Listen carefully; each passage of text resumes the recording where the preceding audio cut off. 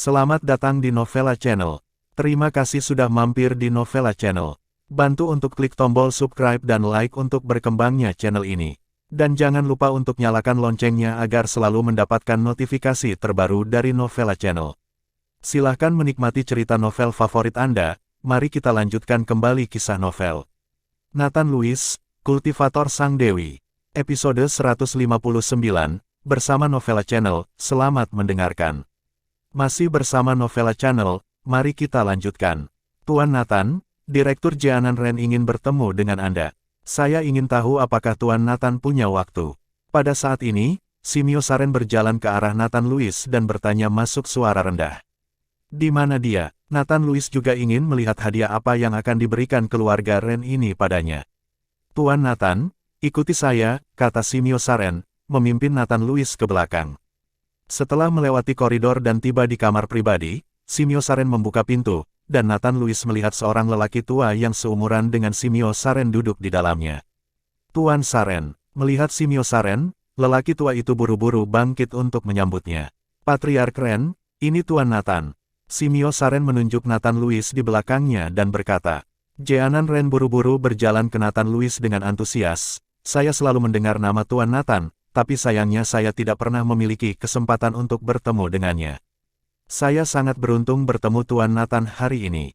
Sikap Jeanan Ren adalah sangat hormat, lagi pula, reputasi Tuan Nathan Lewis ada di sana, jadi dia tidak bisa tidak menghormatinya. Patriark Ren bersikap sopan. Nathan Lewis tersenyum ringan, tetapi dia tahu bahwa keluarga Ren pasti memiliki sesuatu untuk ditanyakan kepadanya. Setelah beberapa orang memasuki ruangan, Jeanan Ren secara pribadi menuangkan secangkir teh untuk Nathan Lewis. Patriark Ren, Anda meminta saya untuk mengundang Tuan Nathan, pasti ada urusan. Kata Simio Saren, ya, saya punya harta di sini. Buang-buang uang untuk disimpan di rumah Ren kami, jadi saya ingin memberikannya kepada Tuan Nathan. Saat dia berkata, Jeanan Ren membuka tas kulit di sampingnya, dan lalu mengeluarkan selimut yang terbungkus di dalamnya. Ketika Jeanan Ren membuka paket lapis demi lapis, sebuah tripod tembaga yang sangat halus terlihat. Tripod perunggu hanya seukuran telapak tangan, dan meskipun terlihat berkarat, rune yang terukir di atasnya sangat jelas. Tuan Nathan, ini adalah tripod perunggu yang ditemukan nenek moyang kami. Saya dengar ini memiliki sejarah ribuan tahun. Sudah disimpan di rumah. Saya akan memberikannya kepada Tuan Nathan. Semoga bermanfaat bagi Tuan Nathan. Jeanan Ren mendorong tripod di depan Nathan Lewis. Nenek moyang keluarga Ren adalah perampok makam, meskipun dia tahu bahwa dia mendapatkannya dari makam, Nathan Lewis tidak membeberkan Jeanan Ren. Nathan Lewis tidak tahu banyak tentang peninggalan budaya, tetapi dia sedikit kecewa ketika melihat betapa kecilnya tripod perunggu itu, untuk apa tripod sekecil itu digunakan. Nathan Lewis merasakannya sebentar, tetapi dia tidak merasakan adanya aura di tripod tembaga. Jadi tripod tembaga itu tidak berguna bagi Nathan Lewis. Namun, Nathan Lewis masih mengambil tripod tembaga dan mencoba menutupi tripod dengan kekuatan menyelidiknya sendiri. Tetapi segera, Nathan Lewis merasakan keakraban yang kuat. Setelah memikirkannya, Nathan Lewis sedikit mengernyit, dan hanya mengerahkan kekuatan spiritual seluruh tubuhnya, membentuk gelombang demi gelombang, dan secara bertahap bersandar ke arah tripod perunggu. Bas, terdengar suara gemetar, dan karat hijau pada badan tripod terkelupas selapis demi selapis, dan volume tripod menjadi semakin besar, dan akhirnya menjadi seukuran piring. Diikuti oleh kilatan lampu hijau, tripod tembaga baru tiba-tiba muncul di depan Nathan Lewis dan yang lainnya. Tindakan ini mengejutkan rahang Jeanan Ren dan Simio Saren, mereka tidak tahu bahwa tripod perunggu bisa tumbuh lebih besar, sungguh menakjubkan. Melihat ini, Nathan Lewis terkejut sesaat, dan kemudian menjadi sangat terkejut, tampaknya pasti ada sesuatu yang istimewa dari tripod tembaga ini. Melihat tripod perunggu di depannya, dia melihat prasasti hijau melayang di sekujur tubuhnya, dan seluruh tripod perunggu memberikan perasaan yang sangat berat. Tripod ini dibuat dengan baik, dan sama sekali tidak bisa dibuat dengan teknologi modern, jadi sudah pasti tripod tembaga ini bukan palsu. Nathan Lewis melihatnya dengan hati-hati, dan hampir semuanya mendekati tripod tembaga, dan tiba-tiba dia melihat kata Senong di dalam tripod. Senong Ding. Nathan Lewis tersentak, dan tidak bisa mempercayai matanya. Masih bersama Novella Channel, mari kita lanjutkan. Ini adalah salah satu dari 10 artefak teratas di zaman kuno, dan Senong Ding ada dalam daftar. Itu adalah Danding yang diturunkan dari klan kuno. Dia telah mendengar naga tua berbicara tentang artefak legendaris di masa lalu, tetapi dia tidak menyangka akan bertemu hari ini. Anda harus tahu bahwa Senong Ding ini adalah eksistensi yang dikagumi oleh semua dokter.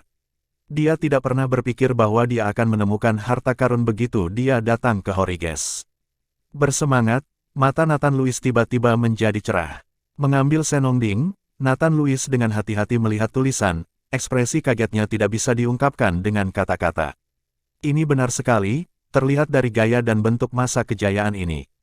Senong Ding, tangan bersemangat Nathan Louis terus bergetar. Itu benar-benar kejutan. Jika dia menggunakan kuali Senong ini untuk memurnikan alkimia, maka Nathan Louis dapat memurnikan pil yang lebih canggih, dan mungkin dia juga bisa memurnikan pil pencuci sumsum. Jika dia benar-benar bisa berlatih pil pencuci sumsum, dia tidak akan ragu untuk berlatih 2 pil untuk Tiago Levon dan Elodie Eden. Setelah mencuci tubuh sumsum, jika Tiago Levon dan Elodie Eden juga bisa masuk ke dunia kultivasi, itu akan bagus. Nathan Louis membutuhkan kekuatan sekarang, dan dia juga membutuhkan pembantu. Jika Anda dikelilingi oleh kultivator ahli, maka Anda tidak perlu takut pada apapun. Melihat ekspresi bersemangat Nathan Louis, Jeanan Ren dan Simio Saren saling memandang, dan hati Jeanan Ren terus berdetak. Tripod tembaga ini telah disimpan di rumah mereka selama beberapa dekade, dan mereka selalu menganggapnya sebagai benda pemakaman dari makam kuno. Meskipun berharga, itu tidak ada artinya bagi keluarga Ren. Ada tripod tembaga yang jauh lebih besar di rumah mereka. Rumah banyak tripod tembaga. Awalnya mengira tripod tembaga kecil ini adalah sampah terbanyak, jadi Jeanan Ren mengambilnya, tetapi dia tidak ingin hal seperti ini terjadi. Dia tidak menyangka tripod tembaga itu bisa menjadi lebih besar.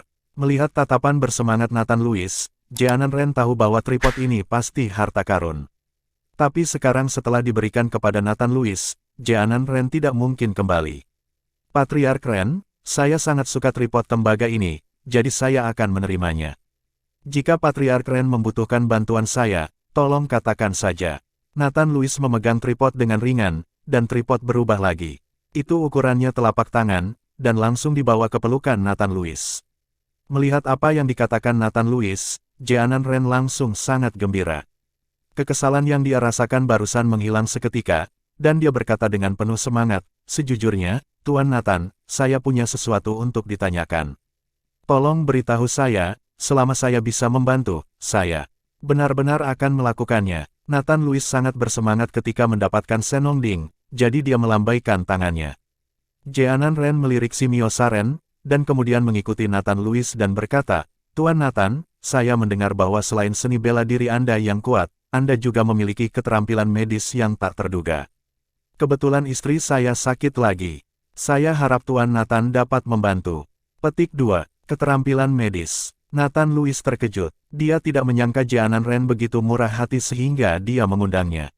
Sepertinya Jeanan Ren dan Simio Saren akrab satu sama lain. Mungkinkah Tuan Saren tidak bisa melihat penyakit istri Patriark Ren? Nathan Louis bertanya dengan ragu.